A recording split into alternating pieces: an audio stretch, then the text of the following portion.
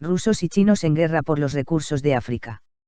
Rusia y China invierten en infraestructura y prestan dinero a cambio de quedarse con la explotación minera, la provisión de armamento y otros grandes negocios. Son peores que los colonialistas europeos, dijo el presidente de Zambia. En los años de la Guerra Fría, 1953-62, y hasta la disolución de la Unión Soviética, 1989, el Kremlin operó en África para promover los levantamientos contra el colonialismo y por la liberación de los poderes europeos. Forjó estrechos vínculos militares y diplomáticos con varios países africanos y participó en las guerras internas de Angola, Etiopía y Mozambique. A la vez que promovía movimientos de guerrilla como el que encabezó el Che Guevara en Congo. En los 90 y la primera década del siglo XXI, Rusia tenía demasiados problemas internos como para ocuparse de una expansión. Vladimir Putin revirtió este rumbo drásticamente en los últimos años y comenzó a mirar nuevamente a África con avidez por sus recursos naturales y la posibilidad de expandir su poder político. Y en ese proceso no se vio enfrentado a Estados Unidos, como fue habitual por décadas, sino con China, que tiene en África el terreno más propicio para su voracidad de recursos naturales y búsqueda de influencia. El gobierno de Beijing tiene la capacidad de invertir y prestar grandes cantidades de dinero a los africanos. Ya financió más de 3.000 proyectos de infraestructura a gran escala y otorgó créditos por al menos 86.000 millones de dólares a los gobiernos del continente. Y la diplomacia económica se extiende más allá del nivel gubernamental, más de 10.000 pequeñas empresas chinas operan en el continente. La influencia de Estados Unidos está en retroceso en todo el mundo y sus máximos rivales, Rusia y China, están ocupando los espacios vacíos que dejó en África. Desde que las naciones occidentales sancionaron a Rusia por anexarse a Crimea en 2014, Moscú firmó 19 acuerdos de cooperación militar con países de África subsahariana, incluidos Etiopía, Nigeria y Zimbabue.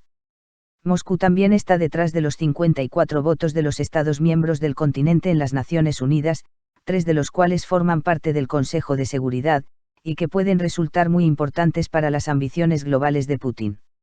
Dmitry Bondarenko, antropólogo e historiador del Instituto de Estudios Africanos en Rusia, explicó que Estados Unidos y las potencias europeas no son muy queridas en África. Y muchos ven a Rusia y China como los países que se opondrán a Occidente.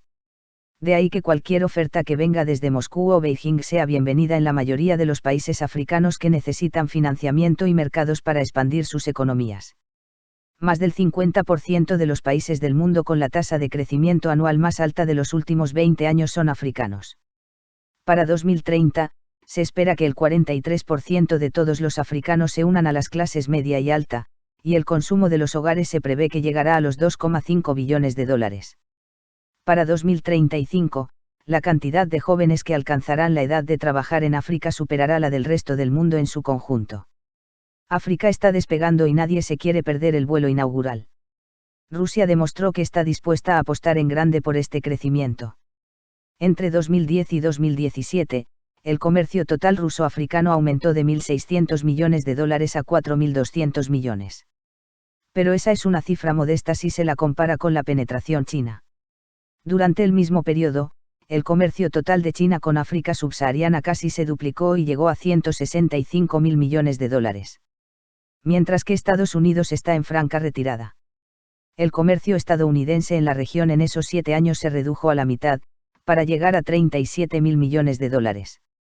Ovar W. French explica la situación de esta manera en su libro El segundo continente chino. Al darse cuenta de que África había sido desechada por Occidente tras la Guerra Fría, Beijing consideró que el continente era el lugar perfecto para que las empresas chinas convirtieran África en la base para sus negocios internacionales. Sin duda, no perjudicó que África también fuera el depósito de una inmensa proporción de recursos globales, materias primas que eran vitales tanto para la extraordinaria expansión industrial de China como para su impulso general para la reconstrucción nacional.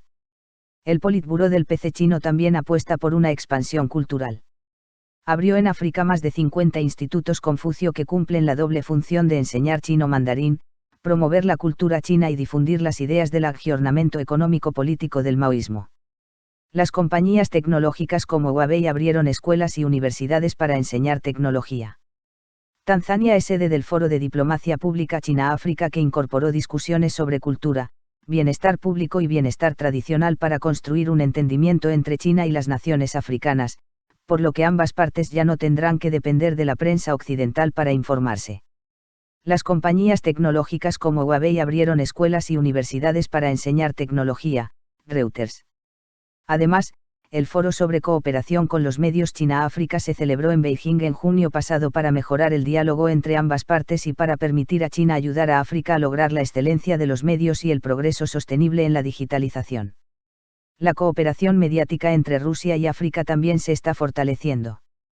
El Ministerio de Asuntos Exteriores de Rusia lanzó un programa para capacitar a editores de alto nivel de medios africanos e invitó a decenas de periodistas a visitar los medios de comunicación rusos y hacer pasantías allí.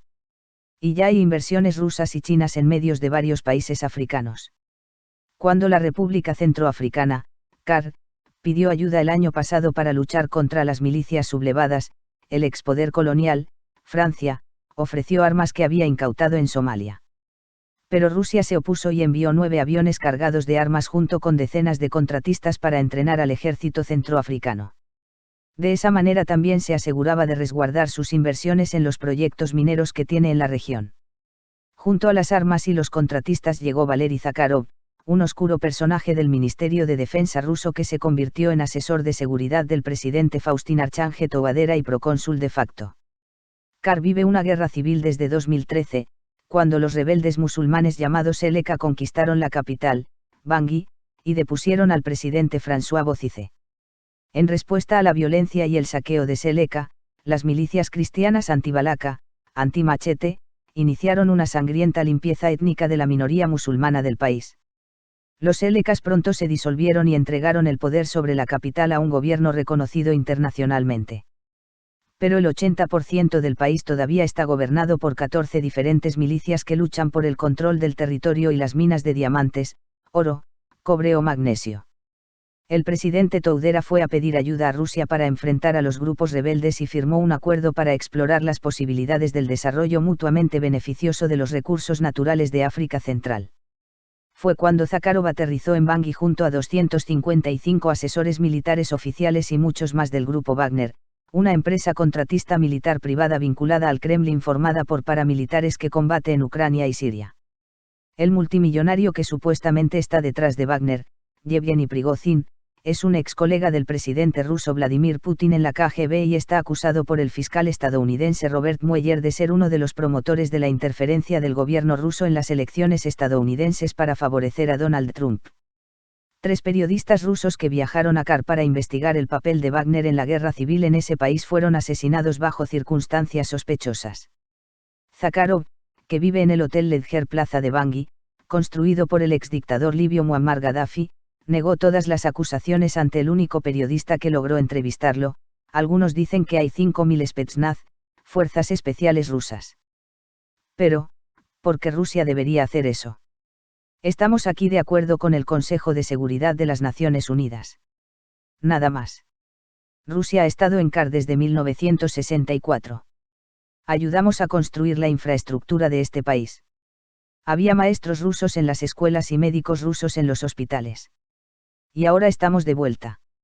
Yevgeny Sabayev, jefe de otra organización paramilitar de los cosacos que provee combatientes a los contratistas de seguridad, calculó que podría haber 1.000 milicianos rusos en RCA y entre 5.000 y 10.000 en toda África, particularmente en Sudán, Sudán del Sur y Libia.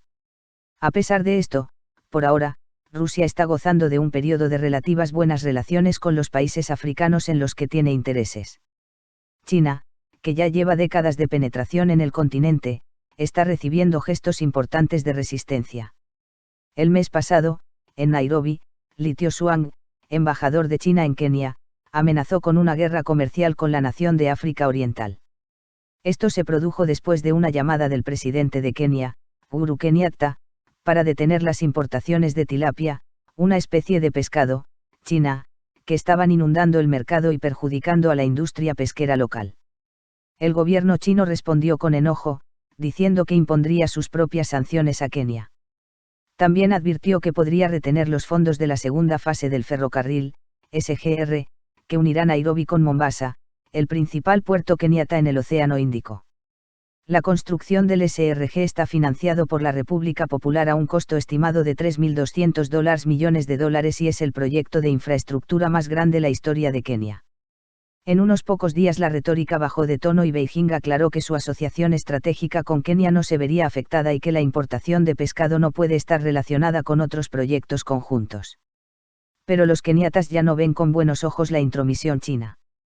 Como parte de su iniciativa Belt and Road, China financió otro ferrocarril de $4.000 millones que conecta a Etiopía, un país sin salida al mar, con el puerto de Yibuti, donde también abrió la primera fase de un proyecto de 3.500 millones para crear la zona de libre comercio más grande de África.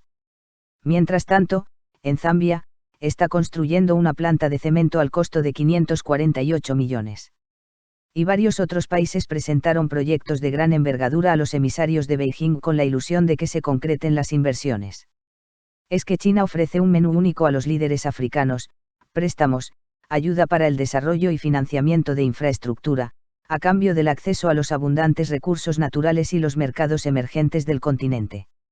El postre es aún más atractivo: Beijing no se entromete en sus asuntos internos y no exige el respeto a los derechos humanos. Pero también quedaron proyectos a medio terminar, como un pueblo fantasma en Angola, daños ambientales y una espiral de deuda. El proyecto ferroviario etíope terminó costando un 30% más de lo previsto y el gobierno de Addis Abeba tuvo que pedir una reestructuración de la deuda a un muy alto precio. Kenia, que tiene el 72% de su deuda bilateral con China, tuvo un incidente diplomático después de que un importante inversionista chino calificara de monos a los keniatas. La prensa de Nairobi publica regularmente investigaciones de maltratos esclavistas a los trabajadores keniatas en las empresas chinas. En Zambia, nación productora de cobre, también muy endeudada con Beijing, también hubo un roce diplomático por la financiación de obras en organismos gubernamentales, como la Compañía Nacional de Electricidad y la emisora estatal.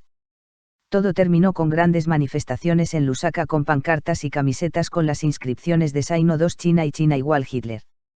La política de penetración comercial y cultural china de largo plazo postergó por un largo tiempo la expansión militar. Pero el año pasado abrió su primera base fuera de China en Djibouti. Con su posición estratégica en el Cuerno de África, cerca de las rutas marítimas más transitadas del mundo, Djibouti también es sede de una gran base francesa, la única base estadounidense en África, un puesto italiano y la única base de Japón en el extranjero. Cuando Rusia quiso entrar en el juego e instalarse también allí, las otras potencias le cerraron el paso. Fue cuando decidió construir un gran centro de operaciones militares en la vecina Eritrea. Y el canciller Sergei Lavrov hizo una muy promocionada gira por Angola, Namibia, Mozambique, Etiopía y Zimbabue, para firmar una serie de acuerdos para zonas económicas, exploración minera y, además, cooperación militar. Poco después, Dmitry Zhukov, el jefe político de las operaciones militares en el exterior, apareció en la cumbre del BRICS, los países emergentes, para anunciar la firma de un memorando de entendimiento con la Comunidad de Desarrollo del África Austral para la cooperación militar, incluyendo la formación de oficiales en bases rusas. Paul Stronsky de la Fundación Carnegie para la Paz Internacional comentó en un ensayo que Rusia siempre se sintió con derecho a tener un papel importante en África por los años en que ayudó a varios países en su lucha anticolonial. Cuando decidió regresar ya tenía a China muy instalada. Entonces, buscó entrar por sus industrias fuertes, la de armamentos y la de infraestructura para la extracción de petróleo. Hoy tienen casi el monopolio de la venta de armas en el continente africano. Claro que casi 2 décadas después de la penetración sinorusa los africanos están viendo el fenómeno con más preocupación que esperanza. El expresidente de Zambia, Michael Sata, describió el sentimiento que provoca esta invasión en un papel que presentó en la Universidad de Harvard: la explotación colonial europea en comparación con la explotación china o rusa parece benigna. Aunque la explotación comercial fue igual de mala, los europeos invirtieron en servicios de infraestructura social y económica. La inversión chino-rusa se centra en sacar de África todo lo que pueda sacarse, sin tener en cuenta el bienestar de la población local. Así es, amigos, los dos gigantes del planeta, uno comunista y el otro socialista, se pelean como mercaderes al más puro estilo mafioso de Chicago en los años 20, los recursos del continente africano. Para quienes defienden a estas grandes potencias, aquí pueden ver que no son madres de la caridad y tan malo es tener la mano gringa en la espalda, como la bota rusa en el cuello o la espada china en el pecho. África ha sido un continente al que se le ha castigado desde siempre y hasta ahora por parte de todos los gobiernos fuertes e imperialistas, entre ellos, Arabia Saudita, el propio Egipto, Reino Unido, Francia, Alemania, China, Rusia y, aunque parezca mentira, en menor medida Estados Unidos.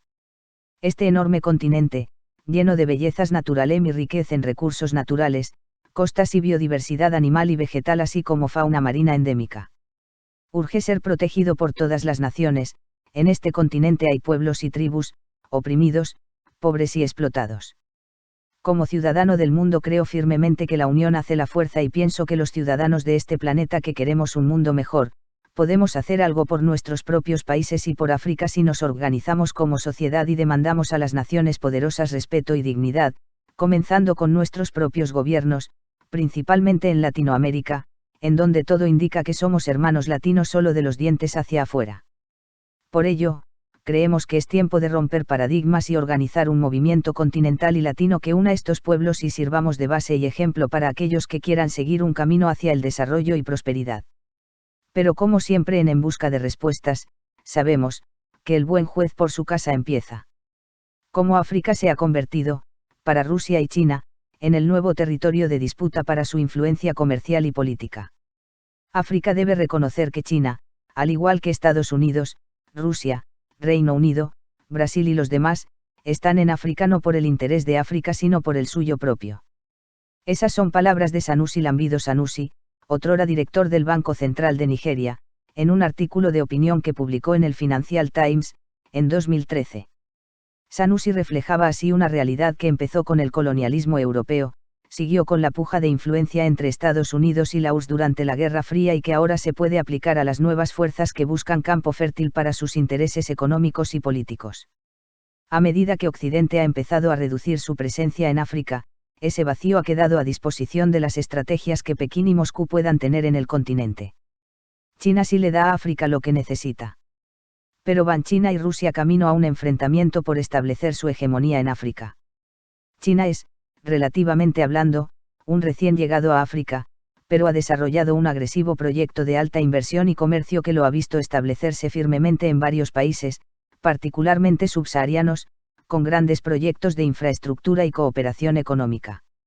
Etiopía reemplazó el ferrocarril francés de la época colonial con uno nuevo construido por los chinos. Rusia, por su parte, ya no goza de los mismos fuertes vínculos que tenía en épocas de la Unión Soviética con sus aliados africanos antiimperialistas durante la Guerra Fría. Sin embargo, sus últimas iniciativas apuntan a la reactivación de esa histórica relación e incluso la incursión en nuevos territorios.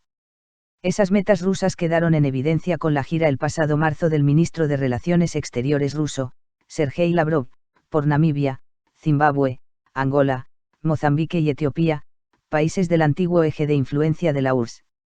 Además, el reciente asesinato en circunstancias misteriosas de 3 periodistas rusos que investigaban la presencia militar de Rusia en la República Centroafricana reavivó especulaciones sobre los nuevos intereses del Kremlin y sus posibles operaciones clandestinas en ese país. El misterioso asesinato de los periodistas rusos que investigaban la conexión del Kremlin con mercenarios de guerra en África. En marzo de 2018, Sergei Lavrov, izquierda, hizo una gira por varios países africanos, incluyendo Mozambique. Escalas diferentes. Por el momento no hay una carrera abierta por imponer una huella en el continente africano. Frecuentemente China y Rusia han competido en los mismos mercados, pero han sabido manejar la rivalidad en aras de una buena relación entre ellos. Eso no quiere decir que no pueda darse un enfrentamiento en el futuro, entre Rusia y China. Las iniciativas chinas en África son relativamente recientes, explica. Hubo una pequeña presencia hace años, pero nada que se comparara a lo que tenía la entonces Unión Soviética en los años 70 y 80. Pero las cosas han cambiado. Comercio con países africanos. $220.000 millones. China. Estados Unidos $37.000 millones. Rusia $3.600 millones. El comercio entre China y África subsahariana hasta ahora ha sido de $220.000 millones y el país asiático tiene proyectado que para 2020 sea de $350.000 millones. Esa cifra sería 100 veces más de lo que Rusia comercia en la actualidad, que está en solo $3.600 millones, según las cifras que ofrece el Ministerio de Relaciones Exteriores ruso. Para dar un mayor contexto al rezago, el comercio de Estados Unidos con África es de $37.000 millones, 10 veces más de lo que declaran los rusos. Mijail Smotriab señala que debido a diferentes acuerdos y condiciones, no es fácil calcular las cifras comerciales exactas, pero está claro que China invierte en África muchísimo más que Rusia. Las megamáquinas de la nueva ruta de la seda con las que China está conectando al mundo. La economía rusa lleva mucho tiempo en declive y su alcance no se compara con el brazo fuerte de la Unión Soviética. Pero así como su economía se ha visto aún más reducida por las sanciones impuestas por Occidente, esa situación le ha dado incentivos para ser más agresivo en África. Aunque su base son los vínculos económicos que existen desde las épocas soviéticas, ese comercio iba en una sola dirección, de Rusia hacia sus aliados a cambio de muy poco, excepto exigir apoyo a las políticas de Moscú dentro de Naciones Unidas. A lo largo de los años, esos países africanos acumularon una deuda de $20.000 millones que Rusia condonó a finales de 2012. Fue más estrategia que generosidad, señaló en ese entonces al servicio ruso de la BBC Vladimir Zubin, subdirector del Instituto para África en Moscú. En principio es una buena cosa, aseguró. Crea condiciones más favorables para nuestras relaciones con África. Y esas relaciones se manifiestan principalmente en el comercio de un artículo en particular. El negocio de armas. Rusia es un importante exportador de armas en el mundo, aunque su actual mercado africano no se acerca a lo que la URSS le vendía a sus entonces aliados en la región. En 2015, África constituyó el 12% de su mercado total, que no es muy significativo comparado a su cliente más grande, el Pacto de Asia-Pacífico, que incluye China. Pero, desde el punto de vista total africano, 35% de sus armas vienen de Rusia y el comercio está bien posicionado para crecer. Indignación en Rusia por la extradición del mercader de la muerte a Estados Unidos. Las armas soviéticas han alimentado muchos de los conflictos en África desde hace años. Las armas rusas son competitivas porque son más baratas, han demostrado ser suficientemente confiables en los numerosos conflictos bélicos y su nuevo armamento es compatible con las reservas acumuladas por sus clientes durante la Guerra Fría. En los últimos 5 años, Rusia ha establecido un servicio de mantenimiento de equipos militares y otros programas de modernización de armamento. En el mercado de armamento es donde China y Rusia podrían enfrentarse o por lo menos competir, comenta Mijail Smotriab, del servicio ruso de la BBC. Según el Royal Institute of Strategic Studies, las exportaciones de armas de China a África aumentaron considerablemente entre 2010-15. De acuerdo a los expertos, las armas chinas ya completan 2/3 del arsenal de los países africanos. Además, hay acuerdos militares. Pekín ha construido una gran base militar en Yibuti que no será la última. ¿Por qué las potencias mundiales quieren tener una base militar en el Cuerno de África? Explotación de recursos. Otro sector de potencial competencia está en los recursos naturales. Aunque Rusia es, de por sí, un país de grandes recursos naturales y depende mucho de sus exportaciones, Moscú tiene intereses en la explotación de diamantes, petróleo y metales raros. Rusia ha financiado minas, plantas de procesamiento y también tiene fábricas de vehículos y camiones de uso en la minería, señala Smotriab. Empresas rusas participan en la extracción de oro africano. Ahora está buscando establecer un acuerdo de aviación civil con Zimbabue, Angola, Congo y Senegal, a cambio de productos agrícolas. China, como el más grande consumidor de hidrocarburos y otros recursos naturales, es mucho más dependiente de lograr un constante flujo a través de pactos de explotación. Con ese objetivo ha invertido grandes sumas y esfuerzos en infraestructura como ferrocarriles, represas, oleoductos, carreteras y ha establecido compañías que operan en asociación con varios países. En 2006, un acuerdo que le otorgó licencias de prospección en Nigeria a cambio de una multimillonaria inversión en proyectos petroleros e infraestructura marcó un hito para China al asegurar abastecimiento energético y acuerdos comerciales en la región. Mientras Nigeria provee el petróleo y el gas que Pekín necesita, al mismo tiempo abre un mercado para los productos chinos. Múltiples firmas chinas operan fábricas en Nigeria y están previstas muchas más en la zona de libre comercio ubicada en el sureste del país. China también ha llevado su propia fuerza laboral para realizar los trabajos de infraestructura en varios países. A Nigeria, por ejemplo, envió 11.000 trabajadores expatriados para la construcción de la red ferroviaria, pero hay muchos miles más trabajando en otros proyectos en el continente. La iniciativa de investigación China-África de la Universidad Johns Hopkins, en Estados Unidos, calculó que había más de 200.000 trabajadores chinos en África en 2016, distribuidos mayoritariamente en Argelia, Angola, Etiopía, Nigeria y Kenia. En Sudán, China participa en grandes proyectos a largo plazo. Algunas ONG han acusado a Pekín de estar exportando trabajo forzado a África. A pesar de la polémica, entre 2005 y 2015 los chinos invirtieron $66.000 millones en el África subsahariana, creando 130.000 empleos locales, según la firma internacional de contabilidad, Ernst & Young. Desde hace unos 5 años, China ha transferido su producción de artículos de mano de obra barata a África, a medida que su propia mano de obra se ha encarecido. También se ha convertido en un gran proveedor de crédito, pero este no solo tiene un propósito financiero.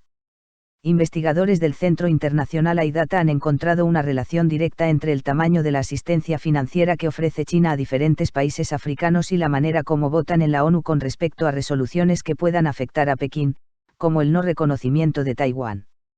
Apoyo estatal versus burocracia. China se ha establecido en África prácticamente del suelo hacia arriba. Técnicamente, sus intereses son iniciativas privadas, no obstante, no se puede llegar a tener tanta presencia sin que esas iniciativas hayan pasado previamente por la estructura del Partido Comunista, afirma Mikhail Smotriab. Las iniciativas privadas de China en África cuentan con el respaldo del gobierno en Pekín. Es un plan que está coordinado por el gobierno y el Estado chino está detrás, explica. Pero China no tiene prisa, hace las cosas por etapas, casi invisiblemente. Nada de aprovechar el momento y salir corriendo, añade. Las metas de Rusia son más modestas e inmediatas, expandir sobre el comercio que ya existe y crear algunos nuevos mercados. África se está convirtiendo otra vez en un mercado para el grano ruso, y las verduras y vegetales africanos encuentran demanda en Rusia, especialmente después de las sanciones de Occidente. Sin embargo, contrario a China, Rusia está plagada de dificultades burocráticas que entorpecen el acceso de productos africanos a sus mercados. Aunque está afincando su estrategia en los antecedentes históricos, pues es más fácil sostener lo que ya está allí, tampoco ha hecho mucho esfuerzo por sacar ventaja de sus conexiones con las élites africanas, muchas de las cuales fueron educadas en la antigua Unión Soviética, según Smotriab. Tiene que tornar una relación que antes era política a una que sea comercial. Tras las sanciones de Occidente, Rusia depende de las frutas y verduras de África. Por ahora, el comercio y la inversión de Rusia no son lo suficientemente robustos para que choquen inmediatamente con China. Por otra parte, Pekín no ha alcanzado todavía el desarrollo de infraestructura al que aspira en ningún país africano, y eso no ocurrirá tan rápido. En muchos asuntos de su agenda internacional, las posiciones de Rusia y China son cercanas, paralelas o coinciden, Andrei Karneev, director del Instituto de Estudios de Asia y África de la Universidad Estatal Lomonosov en Moscú. Así que ambos, en términos generales, están listos para la posibilidad de que sus intereses comerciales choquen y no permitirán que eso afecte las relaciones a largo plazo entre las potencias.